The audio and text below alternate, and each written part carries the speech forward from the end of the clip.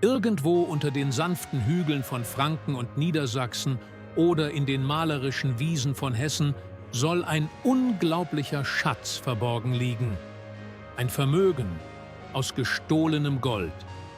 Ein Kriegsschatz von immensem Wert, vergraben von verzweifelten französischen Soldaten auf der Flucht nach Napoleons katastrophaler Russlandkampagne. Aber gibt es diesen Schatz wirklich? Und wenn ja, wo? Es war der eisige Winter 1812 bis 1813. Die einst übermächtige Grande Armee war nur noch ein Schatten ihrer selbst, gezeichnet vom brutalen Russlandfeldzug. Erfroren, ausgehungert und gnadenlos von Kosaken verfolgt, schleppten sich die Soldaten nach Westen, mit einer Bürde, die weit über das Überleben hinausging: Gold. Während der Eroberung Moskaus hatten Napoleons Truppen unzählige Reichtümer geplündert. Vieles blieb im Schnee zurück, um die Flucht zu erleichtern, anderes wurde von den Russen zurückerobert. Doch große Mengen wurden auf Karren mitgeschleppt, auf dem langen, verzweifelten Rückzug aus Russland. Nach dem Fall Moskaus zog sich Napoleons Armee durch Smolensk und Polen zurück und erreichte Anfang 1913 Warschau. Über Kaliningrad marschierten die Reste der Truppen weiter nach Preußen. Doch Napoleon hatte nicht vor, aufzugeben. Er formierte seine Streitkräfte in Leipzig und Dresden für eine letzte entscheidende Schlacht. Die Wette war hoch. Überlebt das napoleonische Regime oder fällt es?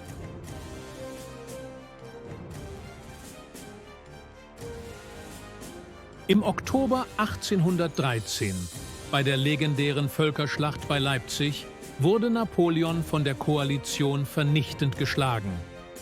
Es war die größte Schlacht Europas vor dem Ersten Weltkrieg und der Beginn seines Untergangs.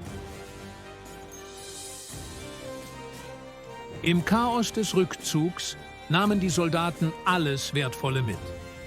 Doch bald erkannten viele, sie würden Frankreich nie wiedersehen. Und anstatt ihre Schätze dem Feind zu überlassen, vergruben sie angeblich irgendwo in Deutschland.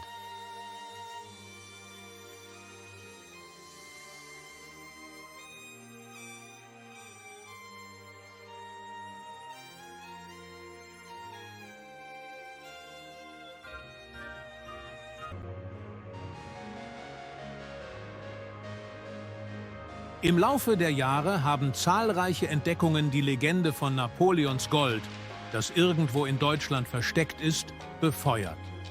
Ende des 19. Jahrhunderts stieß ein Bauer nahe Ebrach in Franken beim Pflügen auf eine Handvoll alter französischer Münzen. Im Jahr 1931 berichteten Wanderer im Steigerwald, rostige Säbel und Musketenläufe gefunden zu haben. Überreste der französischen Flucht?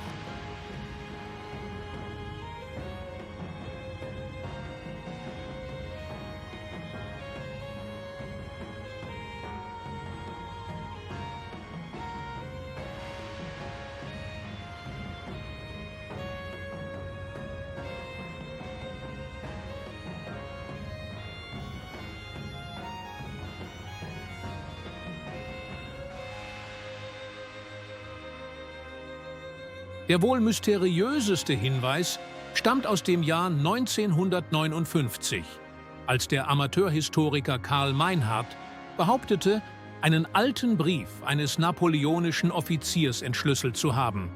In diesem Brief wurde ein vergrabener Schatz nahe einem verfallenen Kloster und einem Flussübergang beschrieben. Hat ihn womöglich längst jemand gefunden?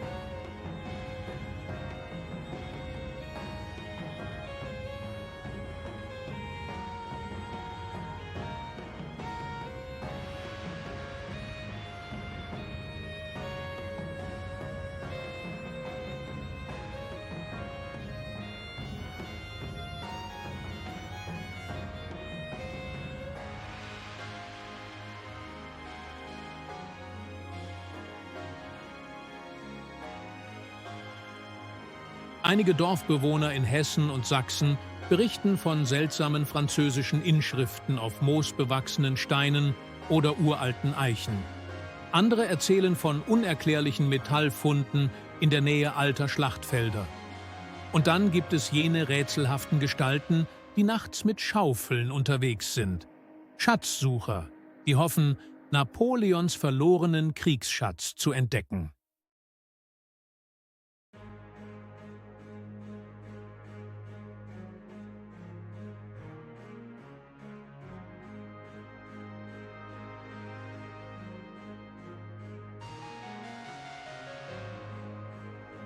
Wo könnte das Gold verborgen sein? Nach Leipzig flohen viele französische Truppen durch Franken, wo einige Offiziere angeblich hastig anordneten, Gold, Silber und Beute in den Hügeln zu vergraben, in der Hoffnung, es später wiederzuholen. Manche Geschichten erzählen von Schätzen in Höhlen, Brunnen oder Festungsruinen, die sicher versteckt wurden, bevor die Franzosen endgültig geschlagen waren.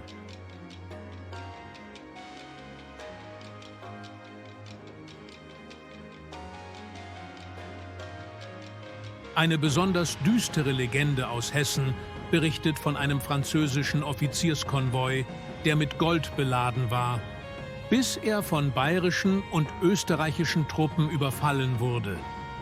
In ihrer Verzweiflung sollen die Offiziere das Gold in einem Feld oder einer Höhle vergraben haben. Doch die Einheit wurde wenig später aufgerieben. Und mit ihr verschwand das Wissen um den exakten Ort des Schatzes für immer.